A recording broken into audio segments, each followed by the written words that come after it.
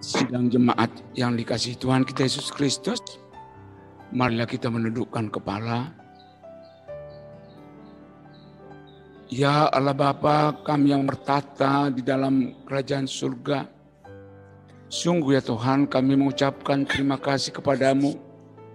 Jika Tuhan perkenankan dan izinkan kami pada pagi hari yang berbahagia ini, pada acara bimbingan penetua, bimbingan para gembala Tuhan, Engkau yang hadir, yang membuka hati dan pikiran kami.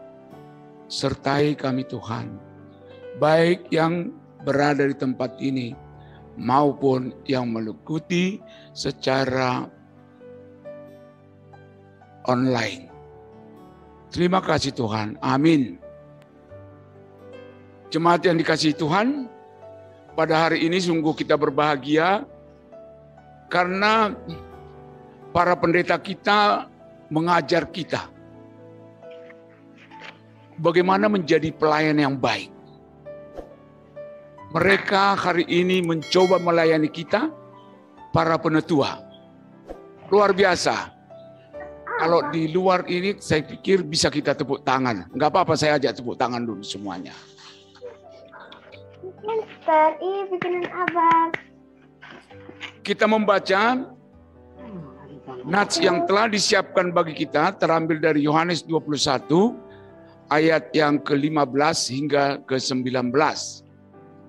Dengan judul, Gembalakanlah domba-dombaku. Kita akan membaca secara responsoria. Kami akan memulai. Ayat yang ke-15. Sesudah sarapan, Yesus berkata kepada Simon Petrus, "Simon anak Yohanes, apakah engkau mengasihi aku lebih daripada mereka ini?" Jawab Petrus kepadanya, "Benar Tuhan, engkau tahu bahwa aku mengasihi engkau." Kata Yesus kepadanya, "Gembalakanlah domba-dombaku." Kata Yesus kepadanya untuk ketiga kalinya, "Simon anak Yohanes, apakah engkau mengasihi aku?" Maka sedih hati Petrus karena Yesus berkata untuk ketiga kalinya, "Apakah engkau mengasihi aku?" Dan ia berkata kepada, "Tuhan, engkau tahu segala sesuatu. Engkau tahu bahwa aku mengasihi engkau." Kata Yesus kepadanya, "Gembalakanlah domba-dombaku." Aku berkata kepadamu, sesungguhnya ketika engkau masih muda, engkau mengikat pinggangmu sendiri, dan engkau berjalan kemana saja kau kehendaki. Tetapi jika engkau sudah menjadi tua, engkau akan mengulurkan tanganmu, dan orang lain akan mengikat engkau dan membawa engkau ke tempat yang tidak kau kehendaki. Kita membaca ayat yang ke-19. Dan hal ini dikatakannya untuk menyatakan bagaimana Petrus akan mati dan memuliakan Tuhan. Sesudah mengatakan demikian, ia berkata kepada Petrus, "Ikutlah aku." Sampai demikian jauh pembacaan firman Tuhan, mengawali melengkapi acara pembinaan penetua sewilayah 11. Bila kita membaca Yohanes 21 ayat 15 ke 19 dari terjemahan baru LAI, mungkin kita hanya akan menemukan sebuah percakapan di mana Yesus menanyai Petrus sebanyak 3 kali. "Apakah engkau mengasihi aku?" Dan Petrus menjawab pertanyaan Yesus juga sebanyak 3 kali. "Aku mengasihi engkau." Lalu Yesus menyampaikan pesan kepada Petrus sebanyak 3 kali juga. "Gembalakanlah domba-dombaku." Itu saja. Kalau kita berputar sekitar ini, kita tidak masuk ke wilayah pada saat ini, yaitu pembinaan para penetua. Bisa jadi kita tanpa wawasan, tanpa insight yang lain. Jika hal ini yang kita pahami, maka fokus kita beralih dari isi dan makna percakapan itu dengan pertanyaan. Mengapa harus 3 kali? Tidak cukupkah pertanyaan, jawaban, dan perintah disampaikan 1 kali saja? Ada yang dengan sangat yakin menjelaskan bahwa 3 kali ini erat hubungannya dengan penyangkalan Petrus untuk yang ketiga kalinya. Namun, jika kita perhatikan dalam bahasa Yunani sebagai bahasa aslinya, mohon maaf Pak Pendeta, saya juga pelajarin dengan diskusi dengan pendeta saya, barulah terlihat perbedaannya. Kenapa melihat dari bahasa aslinya? Agar sejalan dengan pembekalan kita di hari ini, dengan mengundang pembicara yang kompeten di bidangnya, yang sudah kita kenal. Perbedaan pemahaman Yohanes 21 ayat 15 di LAI terjemahan baru, sesudah sarapan Yesus berkata kepada Petrus. Ini yang tadi luar biasa, sesudah sarapan. Yesus memperkenalkan dirinya dulu sebagai pelayan yang baik. Sama dengan saat ini tadi saya mulai. Para pendeta melayani kita dulu saat ini. Ini satu contoh yang sudah mengawali kita. Oh, begini rupanya jadi pelayan yang baik.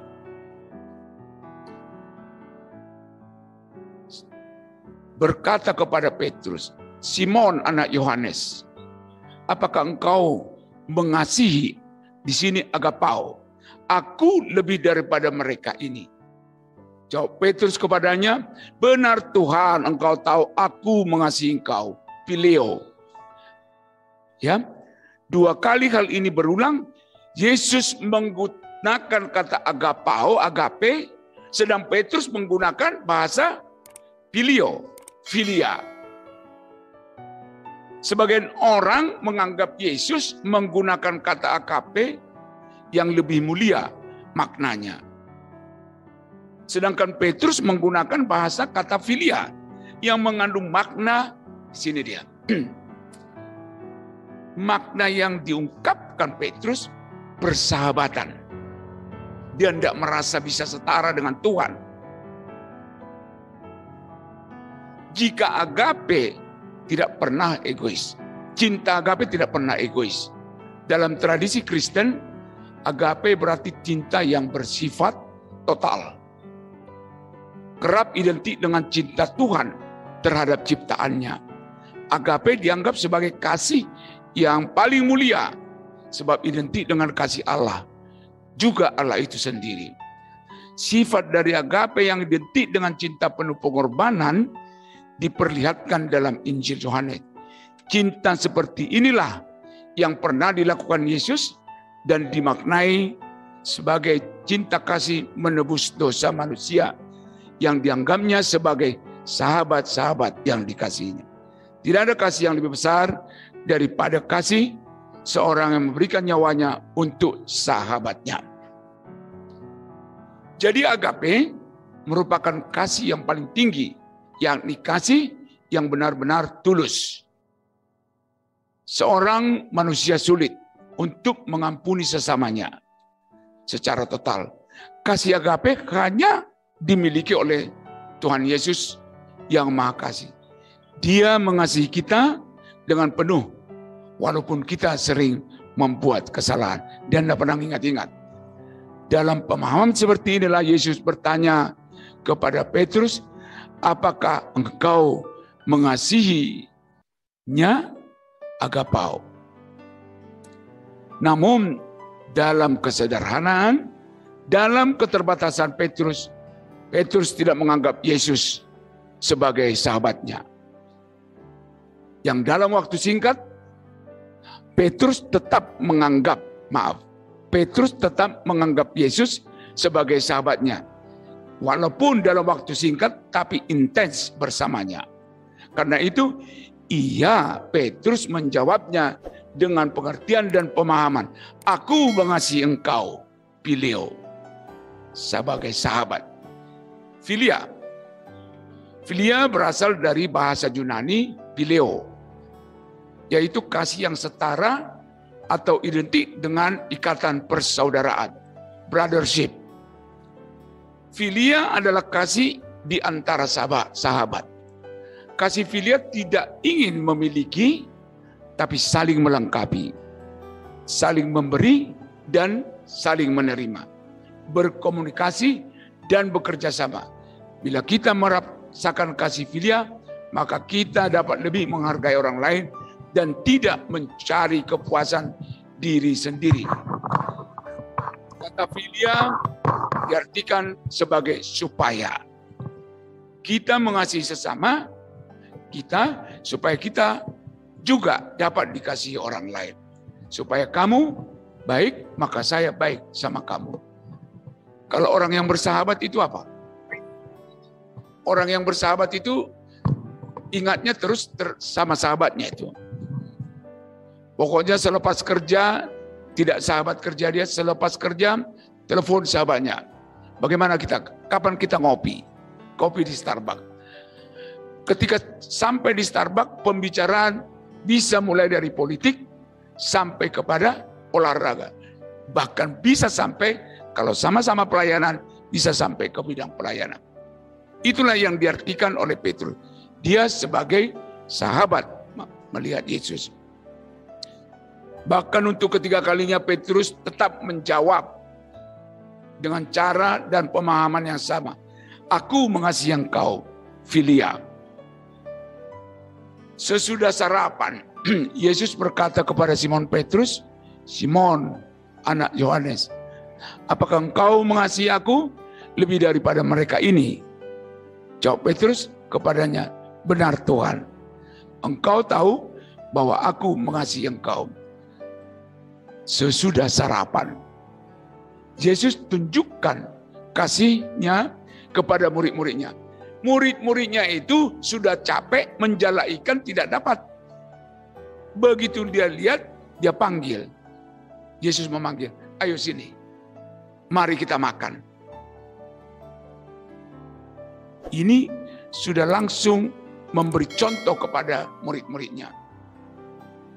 Ajakan pelayanan sungguh merupakan anugerah dan adalah suatu kehormatan. Panggilan Tuhan, gembalakanlah domba-dombaku, ini panggilan Tuhan yang sangat serius kepada kita saat ini. Ya, semua orang Tuhan undang untuk diselamatkan dan mengambil bagian dalam hadiratnya.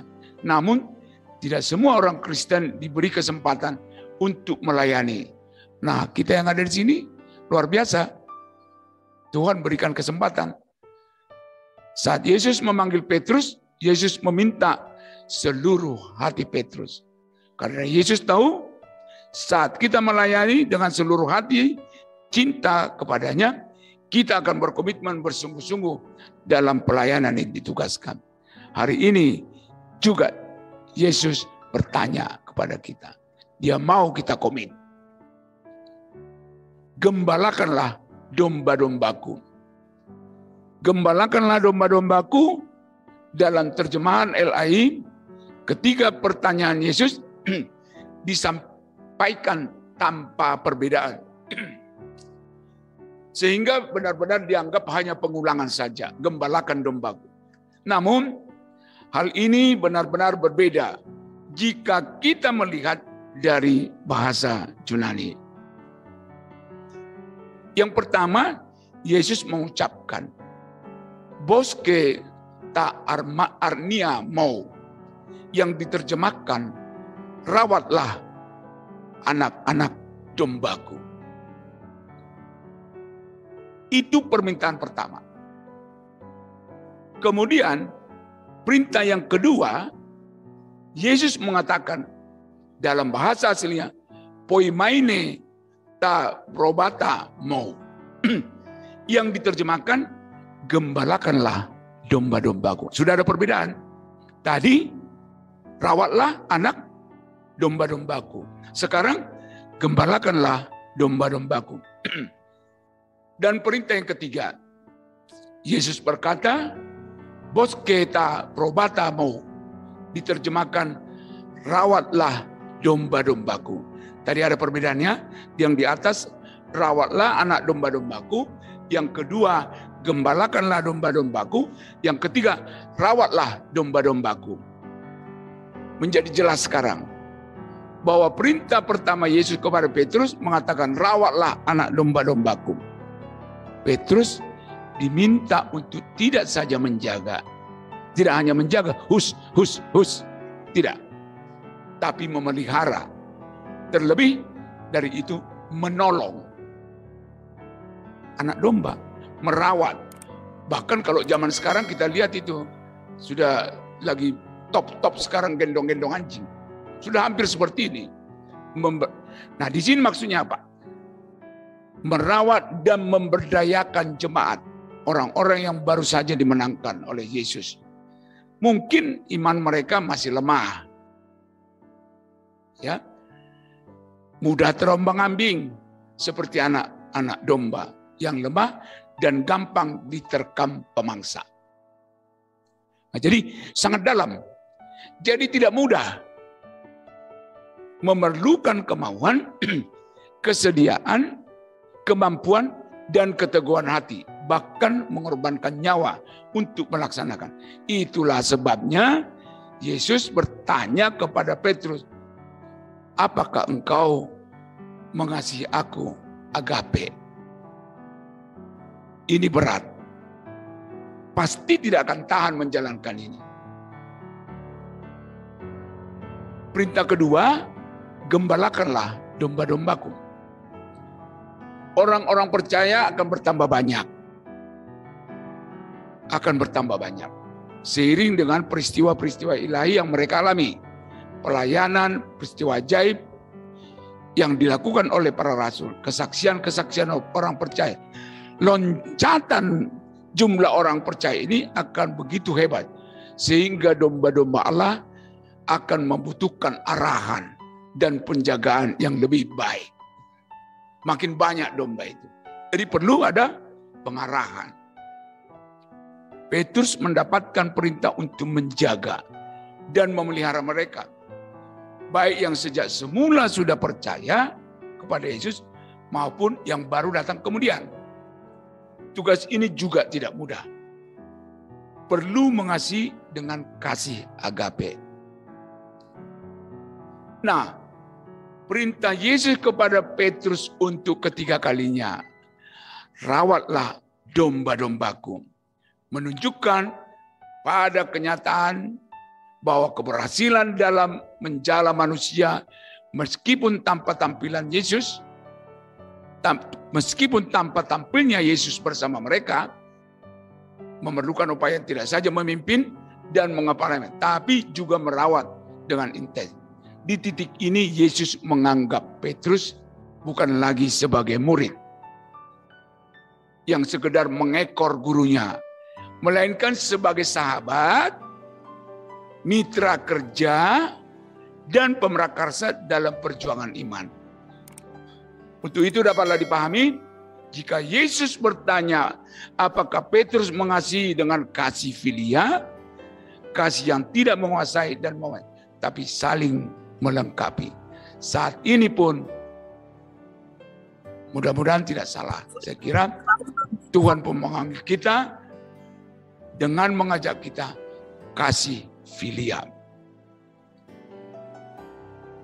Jadi nyata sekarang bahwa apa yang disampaikan dalam Yohanes 21 pasal ayat 15 ke 19 bukanlah pertanyaan dan yang disampaikan secara sama sampai 3 kali. Tapi merupakan pertanyaan dan perintah yang benar-benar dimaksudkan berbeda menurut tingkat kesiapan kita. Nah, hari ini kita diingatkan. Tuhan memanggil kita. Hai kalian para penatua, apakah kalian mengasihi aku? Tentu jawab kita bagaimana? Aku, boleh dijawab? Aku mengasihi engkau, filia. Ya. Nah, agar kita berhasil menjadi gembala yang baik, ini menjadi pembekalan kita, maka ada pembekalan hari ini. Agar kita berhasil sebagai penetua di jemaat kita masing-masing. Itulah hari ini kita berada di tempat ini. Untuk berhasil apa yang diperlukan? Sebagai tim, kita membuat pengaruh kebersamaan, bukan pengaruh pribadi lepas pribadi. Kalau umpamanya di jemaat ini, saya hanya umpamanya sebagai guru jemaat. Saat ini guru jemaat pembantu pendeta. Banyak yang belum tahu. Pembantu. Saya bukan mau membuat pengaruh di jemaat ini hanya pengaruh saya. Tidak boleh. Tapi pengaruh kebersamaan. Kita harus mendorong tim mencapai keberhasilan bersama. Apa yang mau dicapai oleh jemaat ini, apa yang mau dicapai jemaat saudara.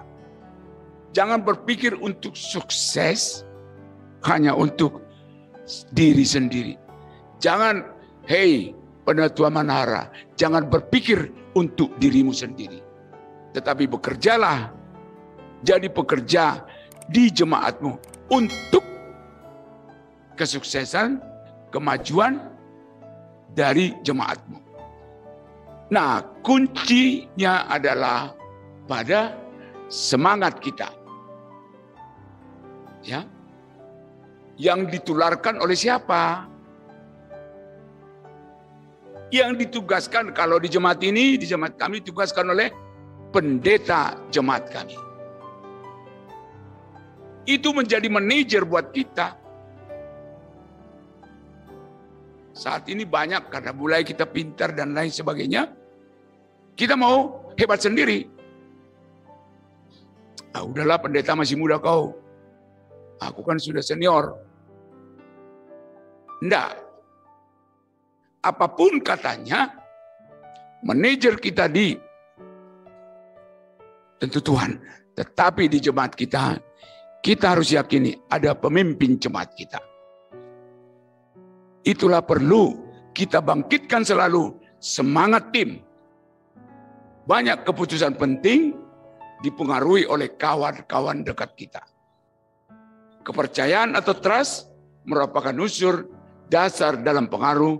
Kalau orang sudah percaya dengan kita, otomatis pengaruh kita bertambah. Mohon maaf, ini tanda sudah tua.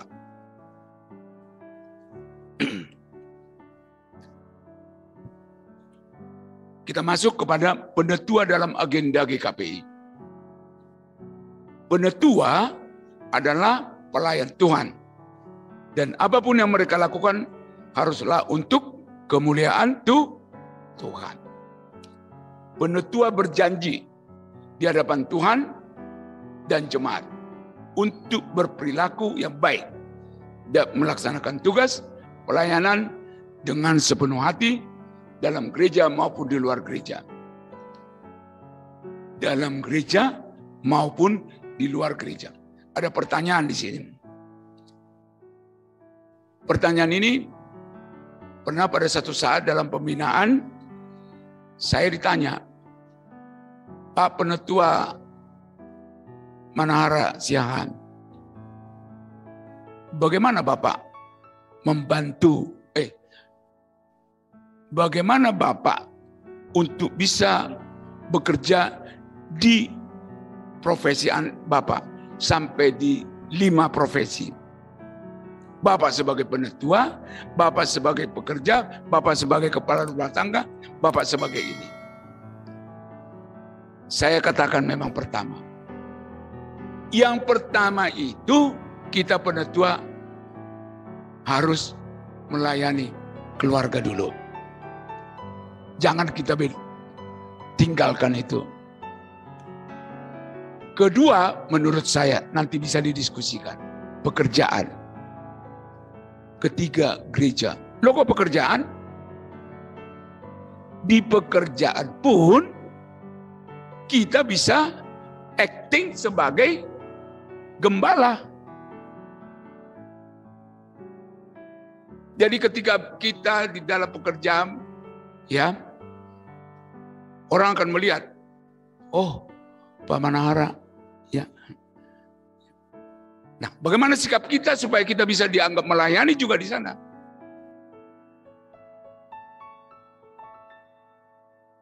Wajah kita pun tidak boleh wajah becet, wajah marah, tetapi harus kita perlihatkan wajah mengasihi. Dan yang lebih hebat lagi, ya, jika kita yakinkan diri kita bahwa Tuhan telah memberikan berkat kepada kita, dimanapun tempatnya, kita harus menjadi berkat. Dengan demikian, ya, kita sebagai gembala yang dipanggil Tuhan sudah tepat. Jika kita perhatikan 7 tugas penetua dalam agenda GKPI, ada beberapa kata kerja yang merupakan kata kunci dalam mengungkapkan tugas pelayanan penetuan. Memperhatikan gembala-gembala tadi, membimbing, menolong, mengunjungi, mengingatkan, mendoakan, dan membantu. Di dalam hal ini saya melihat ada perbedaan dengan gereja tetangga. Di tempat kita, gereja kita. Saya tidak mau gereja yang lain, di GKPI lah. Susah sekali pendeta, penetua mengingatkan jemaat untuk berbagi berkatnya. Mata hepeng gue paditai. Untunglah 1 periode, 2 periode yang lalu, GKPI sudah membuat statement penyembahan persembahan. Tahu kita ya? Penyembahan persembahan. Nah, artinya apa di sini? Kalau kita tidak berani mengingatkan jemaat kita untuk penyembahan dan persembahan, hanya kita mengajak mereka ke gereja, tapi tidak komit terhadap persembahan. Ini saya kira salah. Saya tidak tahu, boleh saya coba buka ini untuk menjadi diskusi buat kita. Jangan orang menganggap, wah supaya gedungnya hebat. Bukan di situ. Tapi mendidik, membimbing, mengingatkan jemaat itu untuk menjadi berbagi berkat. Saya kadang-kadang dalam hal ini bercandanya begini. Kau dikasih berkat, tapi kau memberikan berkat dikit-dikit. Ntar Tuhan bilang, udahlah kau kurangilah berkatmu. Makin marah kita. Nah, tugas penetua ada tadi sudah ada 7 di GKPI. Ya. Sekarang penetua dan keluarga. Tadi sudah saya katakan. Sebagai pejabat gereja, penetua bertanggung jawab atas pekerjaan yang dipercayakan kepadanya. Maka konsekuensi dari keputusan seorang menjadi penetua, ia harus dapat diteladani dalam hal yang positif di dalam tingkah laku. Jangan jadi penetua yang suka berantem sama istri. Ya. Jangan hanya akhirnya nanti saya bicara sebagai suami. Si papa ini ke gereja melulu. Tidak pernah ada waktunya. Ini harus kita jaga. Tetap kita harus ngomong keluarga yang utama. Kalau tidak keluarga yang utama, apa yang terjadi? Pamannya saya sebagai suami percayakan sama istri jaga anak. Bapaknya nggak sempat memberikan contoh-contoh. Ini menjadi perhatian kita. Bahwa keluarga atau rumah tangga penetua harus dapat menjadi contoh, teladan bagi anggota jemaatnya, baik kehidupan rohani, spiritual, maupun dalam kehidupan hari. Sebagai panggilan profesional, kita dipanggil Tuhan, panggilannya profesional.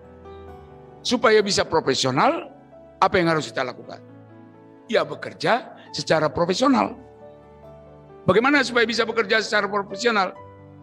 Mari kita di dalam jemaat kita, para penetua, mengadakan diskusi dengan pendeta. Bagaimana penetua yang profesional? Tentu nanti pendeta akan mengisi kita. Pemimpin jemaat kita akan mengisi kita. Begini.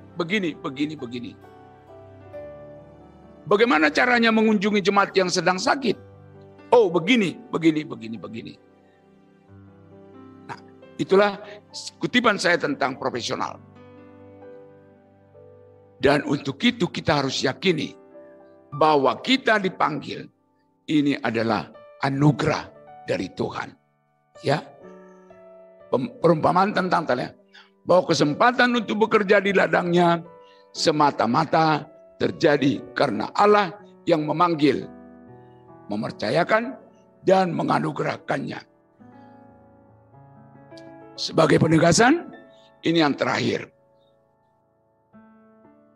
Jabatan itu tidak dijalankan karena punya waktu luang.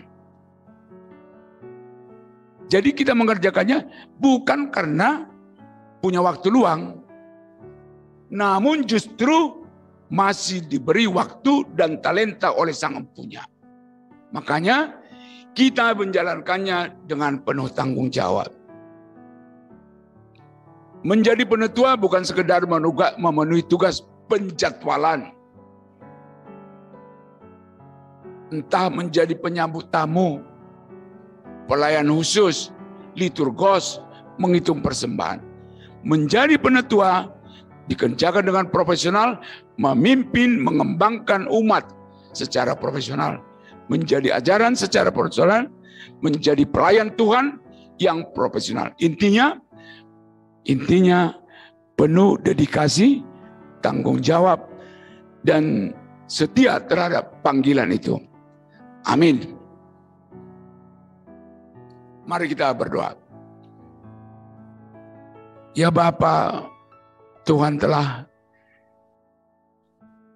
memberikan kami satu perenungan yang sangat luar biasa, Tuhan. Kiranya perenungan itu bisa menjadi suluh dalam kehidupan kami, kehidupan pelayanan kami. Terima kasih Tuhan. Amin.